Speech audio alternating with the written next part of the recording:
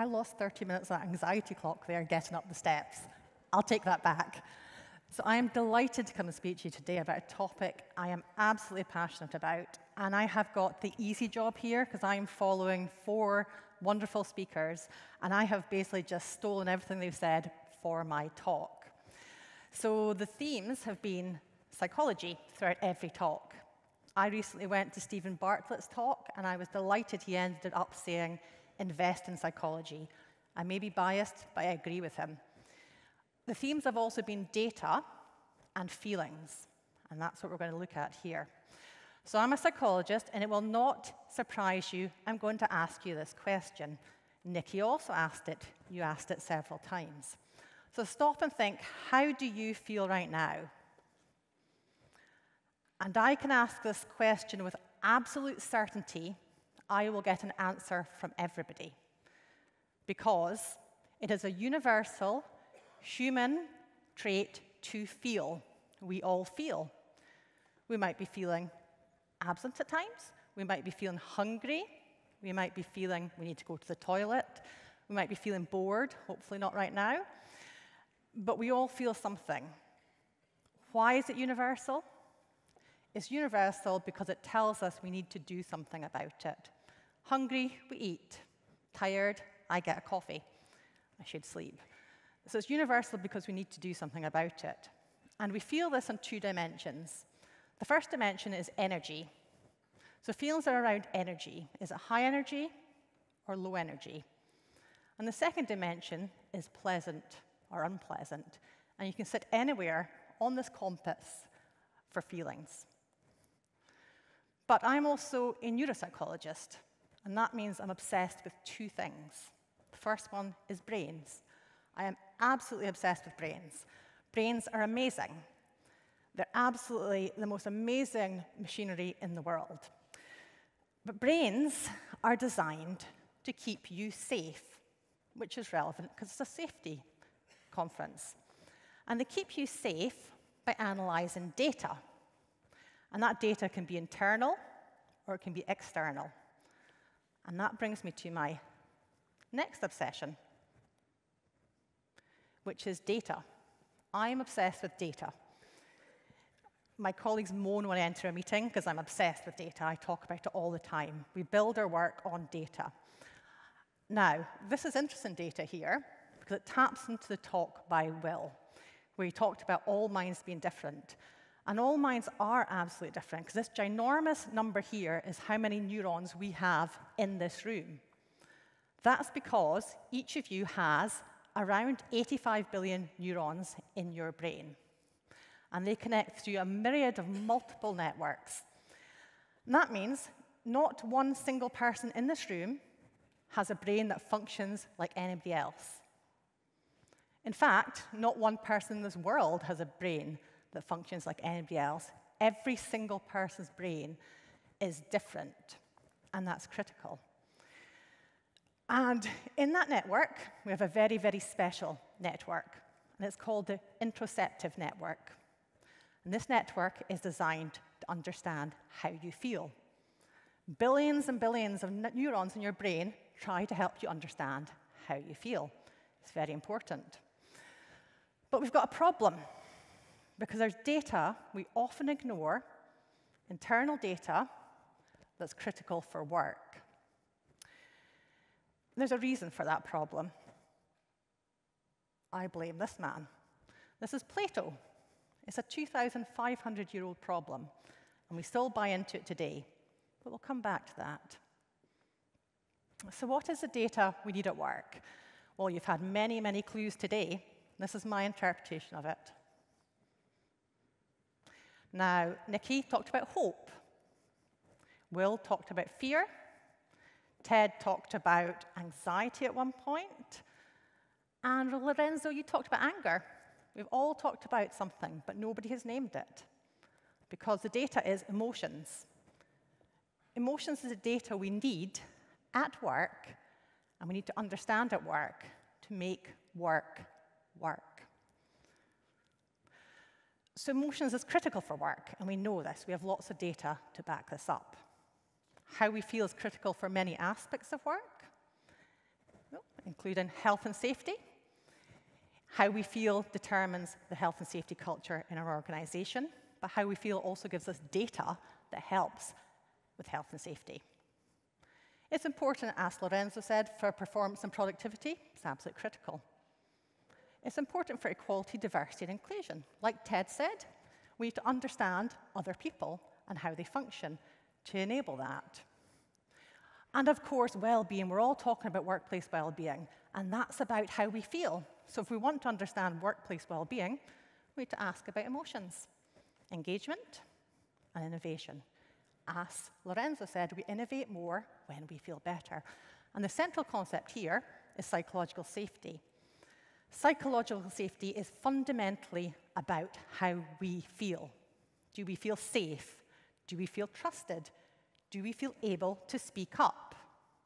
Or do we live in fear? And of course, psychological safety determines all these other things. So how we feel at work is absolutely central to work. Now, you might think you know what emotions were. I used to think I knew what emotions were, but I didn't. Because I studied psychology 30 years ago, and I was taught something about emotions, which we now know is not true. Because in the last 10 to 15 years, our technology has grown phenomenally. And that means our knowledge of the brain has grown phenomenally. We have more information about the brain now than we've ever had in our lives. And that means we know more about emotions. So there's been a revolution in emotions in the last 10 to 15 years. What we understand now is not what I was taught 30 years ago at university. It's totally different. The whole science of emotions has been revolutionized. So what are emotions? Emotions are fundamentally about energy. It's about us making sense of those feelings. Remember, those feelings are high or low energy, pleasant, unpleasant. But emotions also change constantly. So we can think of it as energy in motion. We can't assume that we will feel the same from one minute to the next. It's constantly changing. So emotions are your brain making sense of this data, critical data, in the context you're in, because we understand how we feel differently in different contexts, so you know what to do about it. Just like hunger tells you to eat, emotions tell you to do things. They give you important data. And understanding that data, the science tells us, helps us and the people around us to function well. So the new science of emotions tells us they're an integral part of brain functioning. We cannot have a brain, and I hope you all have a brain, without having emotions, perpetually, throughout the day. They're required for many activities, including thinking, cognition, risk assessment. Emotions actually fundamentally impact on how we function. They're related to health and cognitive functioning, and that's mental health, ciao, ciao, and physical health. Emotions are fundamentally linked. And also science tells us attending to emotions is beneficial. However, we've got a problem. And it's that 2,500-year-old problem, because what I'm telling you may not align with your view of emotions. But that's not your fault, it's this man's fault. We blame Plato. Because for the last 2,500 years, we've been telling ourselves a version of a story about emotions which goes something like this. So we've got an emotional brain who should have appeared. This emotional brain is in constant fight with a different brain. So Plato said we had two chariots, which we had to manage. But recently, in the 1960s and 70s, we started talking about lizard brains.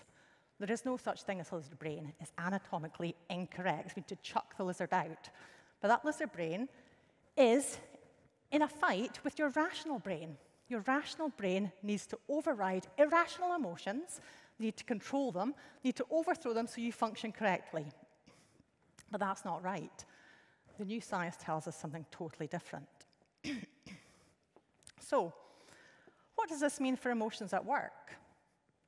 Well, we're at work for 90,000 hours of our life. 1/3 of our lives is spent at work. Now, I assume you take your brain to work, and if you take your brain to work, you have emotions at work. We cannot stop it. It is how our brain functions. Now, remember that traditional view of emotions, that 2,500-year-old story we told ourselves until about 10 to 15 years ago, as the new science developed? Well, that impacts on how we think about emotions at work. So you might say one of these things about emotions at work. You might say it's a sign of weakness. You might think that about yourself. You might think it's soft and fluffy stuff, or you need to stop being irrational. Now, these are not made up. These are things I've collected throughout the years I've been working in this area. That's the old view of emotions tell us about emotions at work. But we, of course, know differently. We know that how we feel at work and attending to emotions at work and looking after emotions at work leads to better performance, better health and safety, better profits, 20% more profits, reduced costs, 60% less turnover, 40% less staff absence, greater engagement and innovation. So how we feel at work is absolutely critical for work. So science tells us emotions are necessary. Emotions help us survive and thrive. Ignore emotions is detrimental to our health and functioning. But our beliefs often tell us emotions should be separate to work. They're problematic in the workplace. Something we need to control and keep out of the workplace. This is problematic because look what's going on in the workplace. We've got the highest reasons for absence is due to emotional reasons and emotions experienced at work. Huge numbers of people leave their organizations because of the emotional impact of work. People disengage because of how they feel in the workplace, and we know that leads to poorer health and safety. And 60% of people are emotionally detached at work, and we don't want that because we know it impacts on all those things. And 90% are miserable. That's concerning. So what can we do about this? We've got this really critical data of emotions that we know are fundamentally important for work, and we need to look at them to make work work. So how do we bring that data into the workplace to make work work for us? So I'm looking at 3 ways. There are multiple ways, but these are 3 categories of ways you can bring emotional data into work to make work work. We're going to look at our own emotional data. It ties into the talks that have gone so far today. We're going to look at the data we create in others, and Lorenzo, you mentioned this beautifully and led on to my talk. And we're going to look at creating space for emotional data. Now, one of you said, I think it was you, Ted, or perhaps you will, that to be a good leader, we need to understand ourselves first. And to be a good leader, I would take that further and say we need to understand and notice our own data first, our own emotional data. Now, that sounds nice and easy, doesn't it? But you don't override a 2,500-year story with 10 years of science. And you don't override how that impacts on people's behavior. So spotting how you feel, if you're used to a lifetime of telling yourself you don't feel and you shouldn't feel, is really hard. So you need to start to tune into that really important internal data and learn to respond helpfully to it, because we know the ways we traditionally respond to emotions by ignoring, suppressing, beating ourselves up for having emotions, make them worse, and it leads to those unhelpful emotions at work. Controlling stress, it leaches out somewhere. We get angry, we get annoyed at people. So we need to look after our own data. But it also requires a fundamental shift in our belief system. We need to catch up with the science. We need to see emotions as potentially helpful data. Data we can use, data we can bring into work, data we can help to understand the workplace, data we can use to make the workplace better. And to do this, I like to think of data as signals. So we could think, what is the data signaling to me? I'm feeling anxious. What does it mean? Is there something I need to tackle? What's the function? What do I need to do about it? Just like hunger, we can use it as data we need to do something about. We can then help use this data to inform our work.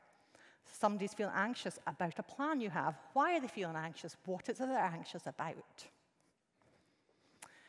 Secondly, we need to look at the data we create in other people. And every single talk has already touched on this. Our brains are not sitting in unison by themselves. Our brains bounce off each other. We create emotions in others. Our brains are fundamentally designed to pick up emotions in other people. So if I walk into a room stressed and shout at people, they become stressed too. Our brains react, and it's called emotional contagion. We can impact other people's brains. So we need to think about how we use that. So we can look at psychological safety in thinking about how we can build helpful emotions and support difficult emotions. Because we all have difficult emotions at work. We cannot get rid of them. We feel stressed, we feel uncertain, we feel self-doubt. It's part of work. But we can look at this as leaders, and we can destigmatize failure. And I think Nikki spoke beautifully about that as well. But we can take away the fear from failure. That's not about getting big things wrong, because we destigmatize failure, we get more big things right. People report things more. We can encourage different viewpoints, which was talked about beautifully by Ted and Will. We can ask other people's views in. We invite them in actively.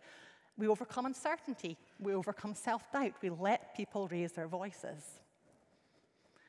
We can also construct helpful emotions, and all the talks have featured this so far. We can increase motivation by linking the work to purpose and meaning. Purpose and meaning is fundamentally good for us. If we link the work, like Nikki was speaking about, to what matters to that person and what matters for us as a team, we create helpful emotions. And we can appreciate people. Now, I loved Nikki's culture of praise. That's not a term I'd heard before. I've worked in many, many cultures of blame, but I've not heard the term culture of praise. But we know that most people very rarely get thanks for their work. But we also know that expressing appreciation makes people feel valued, makes them feel good, means they're more likely to speak up and tell you when things are wrong. And praising them for doing that. So when somebody does speak up, we value them for speaking up. So we support difficult emotions and create positive emotions. And finally, we need to actively invite emotions into the workplace. They're not something that happens over there. They're something that happens at work. They're viewed as an expected and normal part of the working day, of the working lives.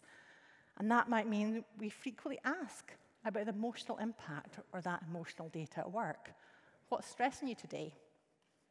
Is there anything about this plan that we've put in place that makes you feel uncomfortable?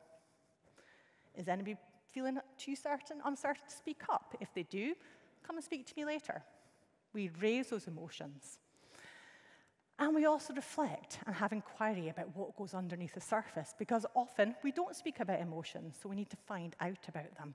And some beautiful questions from Ted about how we can do that, about how we explore what's meaningful for people, how we can get underneath the surface.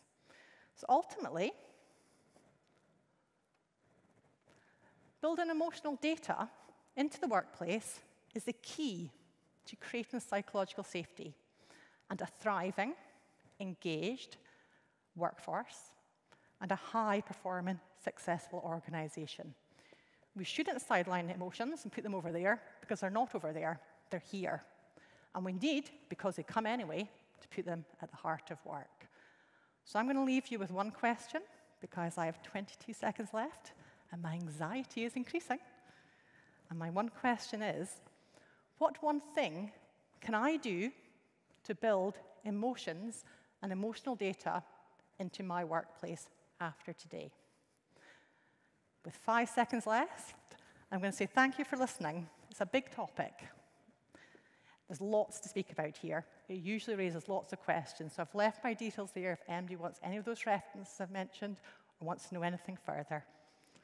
And that's 0 seconds left. Thank you, Emma. Beautifully done.